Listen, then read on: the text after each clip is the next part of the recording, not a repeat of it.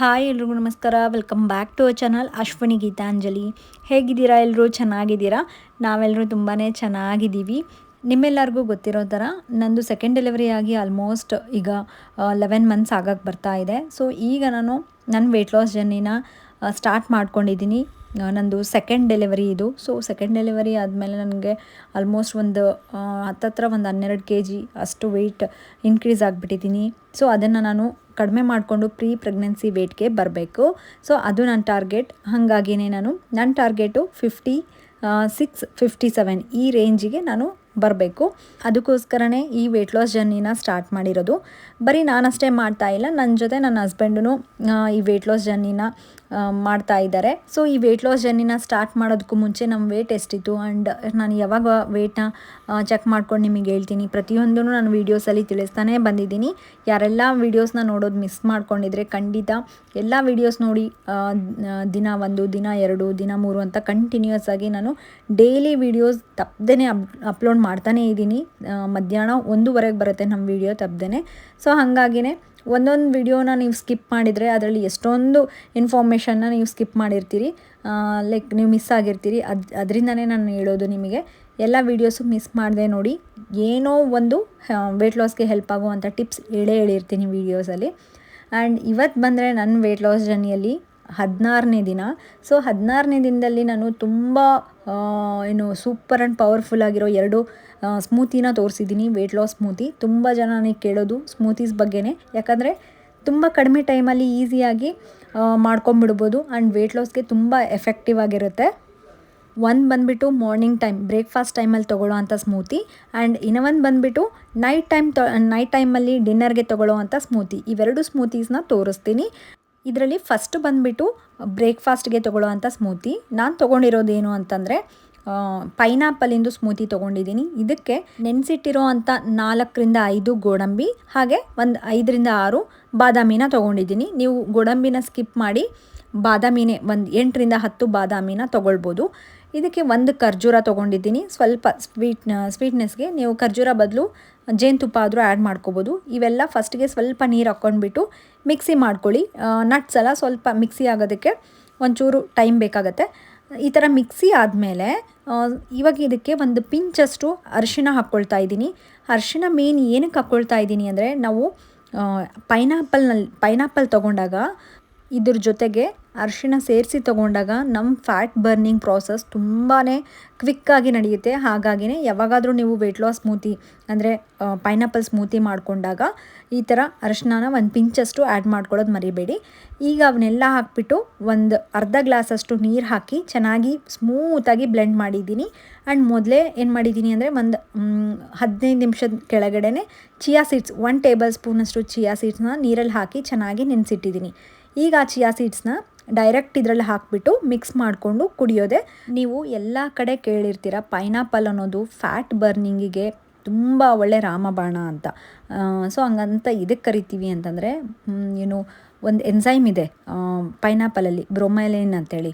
So ಅದರಿಂದ ಏನಾಗುತ್ತೆ ಅಂದರೆ ನಮ್ಮ ಫ್ಯಾಟ್ ಬರ್ನಿಂಗ್ ಪ್ರಾಸೆಸ್ಸು ತುಂಬ ಕ್ವಿಕ್ಕಾಗಿ ಆಗೋ ಥರ ಹೆಲ್ಪ್ ಮಾಡುತ್ತೆ. ಆ್ಯಂಡ್ ಜೊತೆಗೆ ಇದರಲ್ಲಿರುವಂಥ high level of vitamin C ನಮ್ಮ ಸ್ಕಿನ್ಗೆ ಗ್ಲೋ ಕೊಡುತ್ತೆ ಆ್ಯಂಡ್ ನಮಗೆ ಅಪೆಟೈಟ್ನ ಸಪ್ರೆಸ್ ಮಾಡುತ್ತೆ.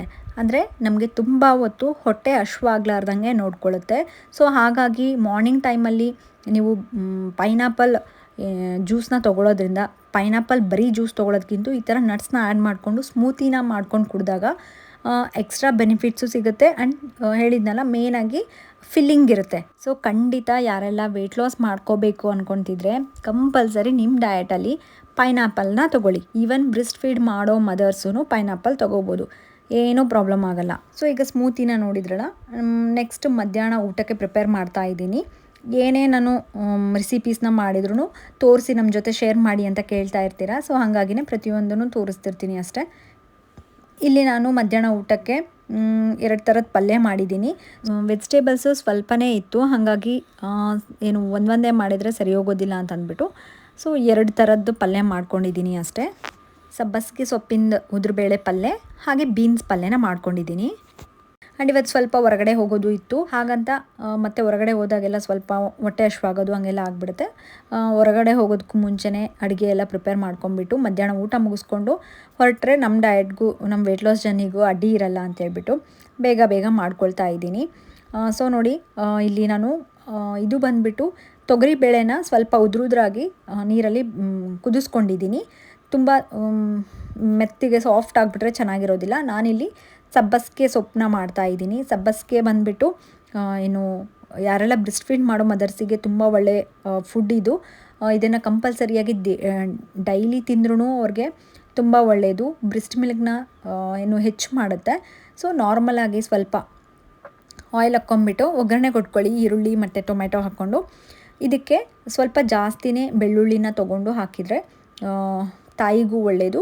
ಆ್ಯಂಡ್ ನೆಕ್ಸ್ಟ್ ಬಂದುಬಿಟ್ಟು ಟೇಸ್ಟೂ ತುಂಬ ಚೆನ್ನಾಗಿರುತ್ತೆ. ಸೊ ಇದಕ್ಕೆ ಸ್ವಲ್ಪ ಅರಶಿನ, ಉಪ್ಪು, ಖಾರ ಪುಡಿ ನಿಮ್ಮ ಟೇಸ್ಟಿಗೆ ತಕ್ಕಂಗೆ ಯಾವ ಥರ ಬೇಕೋ ಆ ಥರ ಎಲ್ಲ ಹಾಕ್ಕೊಂಡ್ಬಿಟ್ಟು ಸೊಪ್ಪನ್ನ ಚಿಕ್ಕದಾಗಿ ಕಟ್ ಮಾಡಿಬಿಟ್ಟು ಏನು ಸಬ್ಬಸಿಗೆ ಸೊಪ್ಪು ಇದನ್ನು ಚಿಕ್ಕದಾಗಿ ಕಟ್ ಮಾಡಿಕೊಂಡು ಹಾಕ್ಕೊಂಡಿದ್ದೀನಿ. ಇದು ಸ್ವಲ್ಪ ಫ್ರೈ ಆಗಲಿ. ಯಾವುದೇ ಸೊಪ್ಪಾಗಲಿ ತರಕಾರಿ ಆಗಲಿ ತೀರಾ ಬೇಯಿಸ್ಕೊಳ್ಳೋಕೆ ಹೋಗಬೇಡಿ.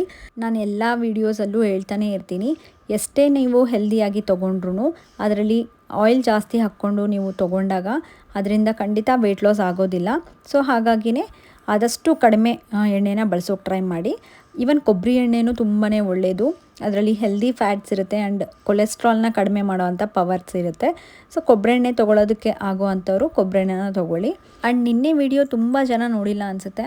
ಆ್ಯಕ್ಚುಲಿ ನಾನು ನನ್ನ ವೆಯ್ಟ್ ಲಾಸ್ ಜರ್ನಿಗೆ ಅಂದರೆ ಫಸ್ಟ್ ವೆಯ್ಟ್ ಲಾಸ್ ಜರ್ನಿಯಲ್ಲಿ ನಾನು ಆಲ್ಮೋಸ್ಟ್ 20 kg ಕಡಿಮೆ ಮಾಡ್ಕೊಂಡಿದ್ದೀನಿ. 72 kgಯಿಂದ 52 kgವರೆಗೂ ನಾನು ವೆಯ್ಟ್ ಲಾಸ್ ಮಾಡ್ಕೊಂಡಿದ್ದೆ. ಸೊ ನನ್ನ ವೆಯ್ಟ್ ಲಾಸ್ ಜರ್ನಿಯಲ್ಲಿ ಒಂದು ಪ್ರಾಡಕ್ಟ್ನ ಯೂಸ್ ಮಾಡಿಕೊಂಡು ಸೊ ಅದನ್ನು ತುಂಬಾ ಹೆಲ್ಪ್ ಮಾಡಿದೆ ಅಂತ ಹೇಳಿದ್ದೆ. ಅದೇ ಪ್ರಾಡಕ್ಟ್ನ ಮತ್ತೆ ಇವಾಗ ತರಿಸ್ಕೊಂಡಿದ್ದೀನಿ. ಸೆಕೆಂಡ್ ನನ್ನ ವೆಯ್ಟ್ ಲಾಸ್ ಜರ್ನಿ ಟೈಮಲ್ಲೂ ಅದನ್ನು ತೊಗೊಳ್ಳೋಣ ಅಂತ ಅಂದ್ಬಿಟ್ಟು. ಸೊ ಆ ವಿಡಿಯೋ ನೋಡಿಲ್ಲ ಅಂತ ಅನಿಸುತ್ತೆ, ತುಂಬ ಜನ ಮಿಸ್ ಮಾಡ್ಕೊಂಡಿದ್ದೀರಾ. ಆ ವಿಡಿಯೋ ನೋಡಿಲ್ಲ ಅಂದರೆ ಡಿಸ್ಕ್ರಿಪ್ಷನಲ್ಲಿ ಕೊಟ್ಟಿರ್ತೀನಿ. ಜಸ್ಟ್ ನಿನ್ನೆ ವಿಡಿಯೋನೇ ನಾನು ಏನೇನೆಲ್ಲ ಆರ್ಡರ್ ಮಾಡ್ಕೊಂಡಿದ್ದೀನಿ ವೆಯ್ಟ್ ಲಾಸ್ಗೋಸ್ಕರ ಅಂತ. ಸೊ ಆ ಪ್ರಾಡಕ್ಟ್ ಅಂತೂ ನನಗೆ ಲಿಟ್ರಲಿ ಹೇಳಬೇಕು ಅಂತಂದರೆ ತುಂಬಾ ಹೆಲ್ಪ್ ಮಾಡಿದೆ. ಈವನ್ ಒಂದು 3-4 ಇಯರ್ಸ್ ಬ್ಯಾಕೂ ಅದ್ರ ಬಗ್ಗೆ ನಾನು ಮೆನ್ಷನ್ ಮಾಡಿ ಹೇಳಿದ್ದೆ ಕೂಡ ನಿಮಗೆ. ಸೊ ಅದೇ ಪ್ರಾಡಕ್ಟ್ನ ಮತ್ತೆ ರೀಪರ್ಚೇಸ್ ಮಾಡಿ ಇವಾಗೂ ಯೂಸ್ ಮಾಡ್ತಾ ಇದ್ದೀನಿ. ತುಂಬ ಒಳ್ಳೆ ಪ್ರಾಡಕ್ಟ್. ಈವನ್ ಬ್ರೆಸ್ಟ್ ಫೀಡ್ ಮಾಡೋ ಮದರ್ಸೂ ಅದನ್ನು ತೊಗೊಳ್ಬೋದು. ಸೊ ಪ್ರಾಬ್ಲಮ್ ಏನೂ ಇಲ್ಲ. ಹಾಗಾಗಿನೇ ನನಗೆ ಹೆಲ್ಪ್ ಆಗಿರೋಂಥ ಪ್ರಾಡಕ್ಟ್ಸ್ನ ನಿಮ್ಮ ಜೊತೆನೂ ಶೇರ್ ಮಾಡಿಕೊಂಡ್ರೆ ನಿಮಗೂ ಎಷ್ಟೋ ಜನಕ್ಕೆ ಯೂಸ್ ಆಗುತ್ತೆ. ಎಷ್ಟೊಂದು ಜನ ನನ್ನ ಚಾನಲ್ನ ವೆಯ್ಟ್ ಲಾಸ್ ಸಲುವಾಗಿಯೇ ನೋಡ್ತಾ ಇರ್ತೀರ. ಅದರಲ್ಲೂ ಸ್ಪೆಷಲಾಗಿ ಬ್ರೆಸ್ಟ್ ಫೀಡ್ ಮಾಡೋವಂಥ ಮದರ್ಸು ತುಂಬ ಜನ ವೆಯ್ಟ್ ಲಾಸ್ ಆಗಬೇಕು ಅಂತ ವೀಡಿಯೋಸ್ ನೋಡ್ತಾ ಇರ್ತೀರಲ್ಲ. ಸೊ ಅವ್ರಿಗೂ ಹೆಲ್ಪ್ ಆಗುವಂಥ ವೀಡಿಯೋಸೇ ನಾನು ಮಾಡ್ತಿರ್ತೀನಿ. ಯಾಕಂದರೆ ನನಗೂ 10 ತಿಂಗಳ ಪಾಪು ಇದೆ. ನನಗೂ ಅವನಿಗೂ ಏನೂ ಪ್ರಾಬ್ಲಮ್ ಆಗಲಾರ್ದಂಗೆ ಹೆಲ್ದಿಯಾಗಿ ತಿಂತಾ ಸೊ ವೆಯ್ಟ್ ರೆಡ್ಯೂಸ್ ಮಾಡೋದು ಹೇಗೆ, ಫಿಟ್ ಆಗಿರೋದು ಯಾವ ಥರ ಅಂಥೇಳಿ ನಾನು ಎಲ್ಲ ವೀಡಿಯೋಸಲ್ಲೂ ಶೇರ್ ಮಾಡ್ತಾ ಇರ್ತೀನಲ್ಲ. ಸೊ ಖಂಡಿತ ನಿಮ್ಗೆ ಯೂಸ್ ಆಗಿಲ್ಲ ಅಂದರೆ ನಿಮ್ಮ ಫ್ರೆಂಡ್ಸ್ ಫ್ಯಾಮ್ಲಿಗೆ ಶೇರ್ ಮಾಡಿ ಆ್ಯಂಡ್ ನಮ್ಮ ಚಾನಲ್ಗೆ ಸಪೋರ್ಟ್ ಮಾಡಿ ಆಯಿತಾ. ಎಷ್ಟೊಂದು ಜನ ನನಗೆ ಅಷ್ಟು ರೆಡ್ಯೂಸ್ ಆಗಿದೆ, ಇಷ್ಟು kg ಕಡಿಮೆ ಆಗಿದೆ, ನಾನು ಫಾಲೋ ಮಾಡ್ತಾ ಇದ್ದೀನಿ ಅಂತ ನಿಮ್ಮ ಕಮೆಂಟ್ಸ್ ಎಲ್ಲ ನೋಡಿದಾಗ ತುಂಬಾ ಖುಷಿ ಆಗುತ್ತೆ. ಸೊ ನಿಮ್ಮ ಕಮೆಂಟ್ಸ್ ಮಾಡಿ ಸೊ ಬೇರೆಯವರು ನೋಡಿಬಿಟ್ಟು ನಿಮಗೆ ಮೋಟಿವೇಶನ್ ತೊಗೊಳ್ತಾರೆ ನಿಮ್ಮಿಂದ. ಅದಕ್ಕೇ ಇನ್ಸ್ಪೈರ್ ಆಗಿ ಕೆಲವೊಬ್ಬರು ಮಾಡೋದು ತುಂಬ ಇಷ್ಟ ಇರುತ್ತೆ ವೆಯ್ಟ್ ಲಾಸ್ ಮಾಡ್ಕೋಬೇಕು ಅಂತ. ಬಟ್ ಕೆಲವೊಂದು ರೀಸನ್ಸಿಂದ ಏನೋ ಒಂದು ಲೇಸಿನೆಸ್ಸು, ಇಲ್ಲ ನಮ್ಗೆ ಮಾಡೋದಕ್ಕಾಗ್ತಿಲ್ಲ, ಹಂಗಿಲ್ಲ ಹಿಂಗಿಲ್ಲ ಅಂತ ರೀಸನ್ಸ್ ಕೊಟ್ಕೊಂಡು ಸುಮ್ಮನೆ ಇರ್ತಿರ್ತಾರೆ. ಸೊ ಅಂಥವ್ರಿಗೆ ನಮ್ಮ ವೆಯ್ಟ್ ಲಾಸ್ ರಿಸಲ್ಟ್ಸ್ನ ನೋಡಿಬಿಟ್ಟು ಅವರು ಇನ್ಸ್ಪೈರ್ ಆಗಿಬಿಟ್ಟು ಅವರು ಮಾಡಬೇಕು. ಸೊ ಓವರ್ ವೆಯ್ಟ್ ಇರೋದು ನಮ್ಮ ಹೆಲ್ತ್ಗೂ ಒಳ್ಳೆಯದಲ್ಲ. ಸೊ ಹಾಗಾಗಿನೇ ಹೆಲ್ದಿಯಾಗಿ ತಿಂತಾ ಮನೆಯಲ್ಲಿ ಎಲ್ಲರಿಗೂ ಹೆಲ್ದಿ ಹ್ಯಾಬಿಟ್ನ ರೂಢಿ ಮಾಡಬೇಕು. ಸೊ ಅವಾಗೆ ಮಕ್ಕಳು ಕಲಿಯೋದಕ್ಕೆ ಚಾನ್ಸಸ್ ಇರುತ್ತೆ ಹೆಲ್ದಿಯಾಗಿ ತಿನ್ನಬೇಕು ಅಂಥೇಳಿ. ಬನ್ನಿ ಈಗ ನಿಮ್ಮ ಜೊತೆ ಮಾತಾಡ್ತಾ 2 ಪಲ್ಯನೂ ಮಾಡಿ ಮುಗಿಸಿದೆ. ಯಾವ ರೀತಿಯಾಗಿ ಮಾಡೋದು ಅಂತೆಲ್ಲ ತೋರಿಸಿದ್ದೀನಲ್ಲ. ಇದು ಬಂದುಬಿಟ್ಟು ಬೀನ್ಸ್ ಪಲ್ಯ. ಬೀನ್ಸ್ ಪಲ್ಯಗೆ ನೀವು ಒಂಚೂರು ನೀರು ಹಾಕ್ಲಾರ್ದಂಗೆ ಜಸ್ಟ್ ಈ ಥರ ಸ್ಟಿರ್ ಫ್ರೈ ಮಾಡಿಕೊಂಡು ತೊಗೊಳ್ಳಿ. ಎಷ್ಟು ಟೇಸ್ಟಿಯಾಗಿರುತ್ತೆ ಗೊತ್ತಾ. ಸ್ವಲ್ಪ ಲೋ ಫ್ಲೇಮಲ್ಲಿ ಚೆನ್ನಾಗಿ ಇದನ್ನು ಕುಕ್ ಮಾಡಿಬಿಟ್ಟು ಕೊನೆಯದಾಗಿ ನೀವು ಹಸಿ ಕೊಬ್ಬರಿನ ತುರಿ ಹಾಕಿಬಿಟ್ಟು ಸ್ವಲ್ಪ ಕೊತ್ತಂಬರಿ ಸೊಪ್ಪು ಹಾಕಿಬಿಟ್ಟು ಸ್ಟವ್ ಆಫ್ ಮಾಡ್ಕೊಂಬಿಡಿ. ತುಂಬ ಚೆನ್ನಾಗಿರುತ್ತೆ ಬೀನ್ಸ್ ಪಲ್ಯನೂ ಅಷ್ಟೇ. ಸೊ ನನ್ನ ಮಧ್ಯಾಹ್ನದ ಊಟ ಬಂದುಬಿಟ್ಟು 2 ಚಪಾತಿ ತೊಗೊಂಡಿದ್ದೀನಿ, ಮಲ್ಟಿಗ್ರೇನ್ ಚಪಾತಿ. ಒಂದೇ ತೊಗೊಳ್ತೀನಿ ಅಂತ ಹೇಳಿದ್ನಲ್ಲ ಡೈಲಿ, ಬಟ್ ಹೊರಗಡೆ ಹೋಗಬೇಕಿತ್ತು ಅಂತ ಹೇಳಿದ್ನಲ್ಲ. ಮತ್ತು ನಾವು ಯಾವಾಗ ಬರೋದಕ್ಕಾಗುತ್ತೋ ಆ್ಯಂಡ್ ತುಂಬ ಕಡೆ ಕೆಲಸ ಎಲ್ಲ ಇತ್ತು ಓಡಾಡೋದು. ಸೊ ಹಾಗಂತ ನಾನು 2 ಮಲ್ಟಿಗ್ರೇನ್ ಚಪಾತಿನ ತೊಗೊಂಡಿದ್ದೆ ಇವತ್ತು. ಆ್ಯಂಡ್ 2 ಥರದ ಪಲ್ಯ, ಒಂದು ಬೀನ್ಸ್ ಪಲ್ಯ, ಇನ್ನೂ ಒಂದು ಬಂದುಬಿಟ್ಟು ಸಬ್ಬಕ್ಸ್ಗೆ ಪಲ್ಯ. 2 ಪಲ್ಯ ಶೇರ್ ಮಾಡ್ಕೊಂಡಿದ್ದೀನಿ, ಯಾವ ರೀತಿಯಾಗಿ ಮಾಡ್ಕೊಂಡಿದ್ದೀನಿ ಅಂತ. ಸೊ ಇದ್ರ ಜೊತೆಗೆ ಕಂಪಲ್ಸರಿ ಮರಿಲಾರ್ದಂಗೆ ಸ್ವಲ್ಪ ಸಲಾಡ್ನ ತೊಗೊಳ್ಳಿ.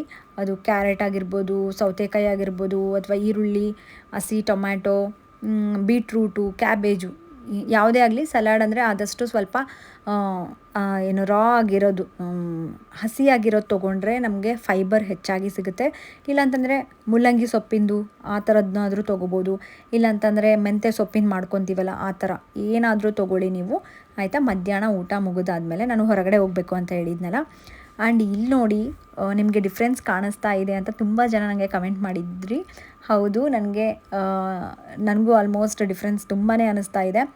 ನನಗೆ ಏನು ನೆಕ್ ಹತ್ರ ಇರೋವಂಥ ಫ್ಯಾಟ್ ಎಲ್ಲ ತುಂಬ ಕಡಿಮೆ ಆಗಿದೆ. ಆ್ಯಂಡ್ ತುಂಬಾ ಸ್ವಲ್ಪ ಸ್ಲಿಮ್ಮಾಗಿ ಕಾಣ್ತಾ ಇದ್ದೀನಿ. ಸೊ ಅದನ್ನೇ ತೋರಿಸ್ತಾ ಇದ್ದೀನಿ ನೋಡಿ. ನನಗಂತೂ ಖುಷಿ ಆಗ್ತಾ ಇದೆ. ಬಟ್ ಎಷ್ಟು ವೆಯ್ಟ್ ರಿಡ್ಯೂಸ್ ಆಗಿದ್ದೀನಿ ಅಂತ ನನಗೂ ಗೊತ್ತಿಲ್ಲ. ಚೆಕ್ ಮಾಡಿಕೊಂಡು ಖಂಡಿತ ಇನ್ನೇನು ಹತ್ರನೇ ಬಂತು. ಇನ್ನೊಂದು 4-5 ಡೇಸ್, 21 ಡೇಸ್ ಆದಮೇಲೆ 22nd ಡೇಗೆ ನಾನು ನಿಮಗೆ ಶೇರ್ ಮಾಡ್ತೀನಿ ಅಂತ ಹೇಳಿದ್ನಲ್ಲ, ಖಂಡಿತ ಮಾಡ್ತೀನಿ. ಆ್ಯಂಡ್ ಹೊರಗಡೆ ಎದಕ್ಕೆ ಹೋಗಿದ್ವಿ ಅಂತಂದರೆ ಲಡ್ಡುಗೆ ಒಂದು 3-4 ಡೇಸಿಂದ ಸ್ವಲ್ಪ ಜ್ವರ ಬರ್ತಿದ್ದಾವೆ. ಹಾಗಾಗಿನೇ ತೋರಿಸ್ಕೊಂಡು ಬರೋಣ ಅಂಥೇಳಿ ಬಳ್ಳಾರಿಗೆ ಹೋಗಿದ್ವಿ. ಆ್ಯಂಡ್ ಅವ್ನ ವೇಟ್ ಬಗ್ಗೆ ಕೇಳ್ತಾ ಇರ್ತೀರಲ್ಲ, ಅವ್ನದು ವೇಟ್ ಬಂದುಬಿಟ್ಟು ಏನು 8.9 kgs ಇದ್ದಾನೆ. ಸೊ ಈಗ ಅವ್ನು 10 months. ಸೊ ಇಷ್ಟು ವೇಟ್ ಇದ್ದಾನೆ ನೋಡಿ. ಲಡ್ಡುಗೆ ಕೊಡೋವಂಥ ಫುಡ್ಸ್ ಬಗ್ಗೆ ಕೇಳ್ತಾ ಇರ್ತೀರ, ಆದಷ್ಟು ಟ್ರೈ ಮಾಡ್ತೀನಿ ತೋರಿಸೋದಕ್ಕೆ. ಏನು ಬ್ರೇಕ್ಫಾಸ್ಟ್ ಟೈಮಲ್ಲಿ ನಾನು ಏನು ಕೊಡ್ತೀನಿ ಅಂತ ತೋರಿಸಿದ್ದೆ ನಿಮಗೆ. ಅದೇ ಥರ ಲಂಚ್ ಡಿನ್ನರ್ಗೂ ತೋರಿಸ್ಬೇಕು, ವಿಡಿಯೋ ಮಾಡಬೇಕು ಅಂತ ಅಂದ್ಕೊಂಡ್ರೆ ಆಗ್ತಾನೇ ಇಲ್ಲ. ಇನ್ಕ್ಲೂಡ್ ಮಾಡ್ತೀನಿ ಖಂಡಿತ. ಆ್ಯಂಡ್ ನಾವು ಹಾಸ್ಪಿಟಲೆಲ್ಲ ಹೋಗಿ ಬಂದಾದಮೇಲೆ ನೆಕ್ಸ್ಟು ಸ್ವಲ್ಪ ಏನು ಡೈಲಿ ಯೂಸ್ಗೆ ಮಾಡುವಂಥ ಟೀ ಶರ್ಟ್ಸು ಆರಾಧ್ಯಗೆ ಮತ್ತು ಲಡ್ಡುಗೆ ನನಗೆ ನೋಡೋಣ ಅಂತ ಅಂದ್ಕೊಂಡು ವಿಶಾಲ್ ಮಾರ್ಟಿಗೆ ಬಂದಿದ್ವಿ. ವಿಶಾಲ್ ಮಾರ್ಟಲ್ಲಿ ನಮಗೆ ಟೀ ಶರ್ಟ್ಸ್ ಎಲ್ಲ ತುಂಬ ಚೆನ್ನಾಗಿ ಸಿಗುತ್ತೆ. ತುಂಬ ಜನ ನಾನು ಟೀ ಶರ್ಟ್ ಬಗ್ಗೆನೂ ಕೇಳ್ತಿರ್ತೀರಲ್ಲ, ಈ ಥರ ವಿಶಾಲ್ ಮಾರ್ಟ್ ಮತ್ತು ಡಿ ಮಾರ್ಟ್ ಅಥವಾ ಝೂಡಿಯೋ ಶಾಪು ಈ ಥರದ್ರಲ್ಲಿ ಮ್ಯಾಕ್ಸಲ್ಲಿ ನಾನು ಹೆಚ್ಚು ತೊಗೊಳ್ತಿರ್ತೀನಿ. ಟೀ ಶರ್ಟ್ಸ್ ಸಪ್ರೇಟ್ ಆ ಥರ. ನೈಟ್ ಸೂಟೇ ತೊಗೋಬೇಕು ಅಂತ ಏನೂ ಇಲ್ಲ, ಮಿಕ್ಸ್ ಆ್ಯಂಡ್ ಮ್ಯಾಚ್ ಮಾಡ್ಕೊಂಡು ತೊಗೊಳ್ತಾ ಇರ್ತೀನಿ. ಇಲ್ಲಿ ಆರಾಧ್ಯಗೆ ಡ್ರೆಸ್ಸಸ್ ನೋಡ್ತಾ ಇದೆ, ಸ್ವಲ್ಪ ಡೈಲಿ ಯೂಸ್ಗೆ ಹಾಕ್ಕೊಳ್ಳೋ ಥರ.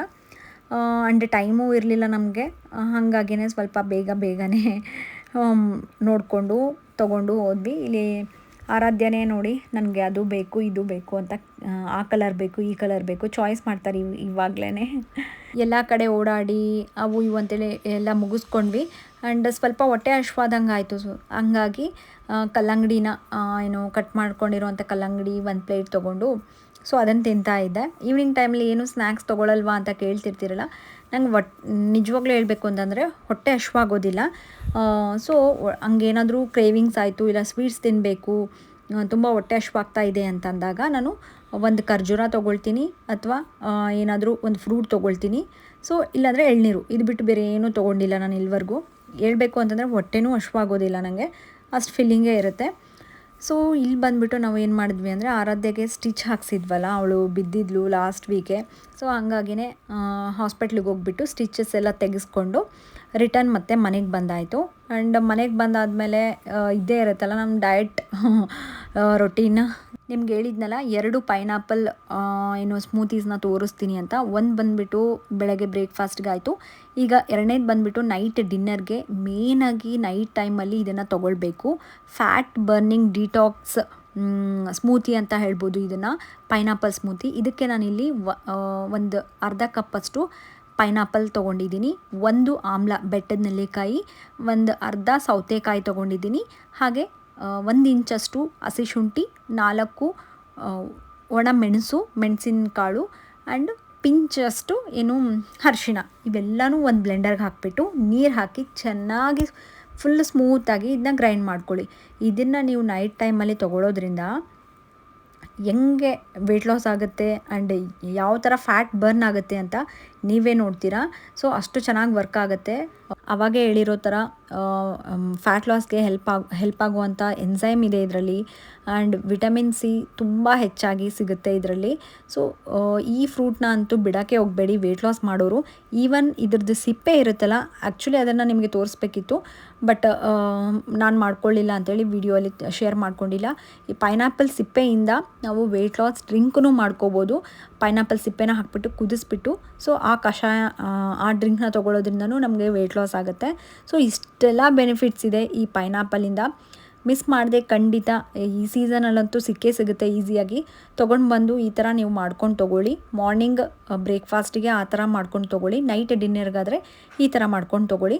ಇದಕ್ಕೆ ಸ್ವಲ್ಪ ಟೇಸ್ಟಿಗೆ ನಾನು ಒಂದು ಪಿಂಚಷ್ಟು ನಾನು ಪಿಂಕ್ ಸಾಲ್ಟ್ನ ಹಾಕ್ಕೊಂಡಿದ್ದೀನಿ. ನಾನು ಉಪ್ಪು ಪಿಂಕ್ ಸಾಲ್ಟೇ ಯೂಸ್ ಮಾಡೋದು.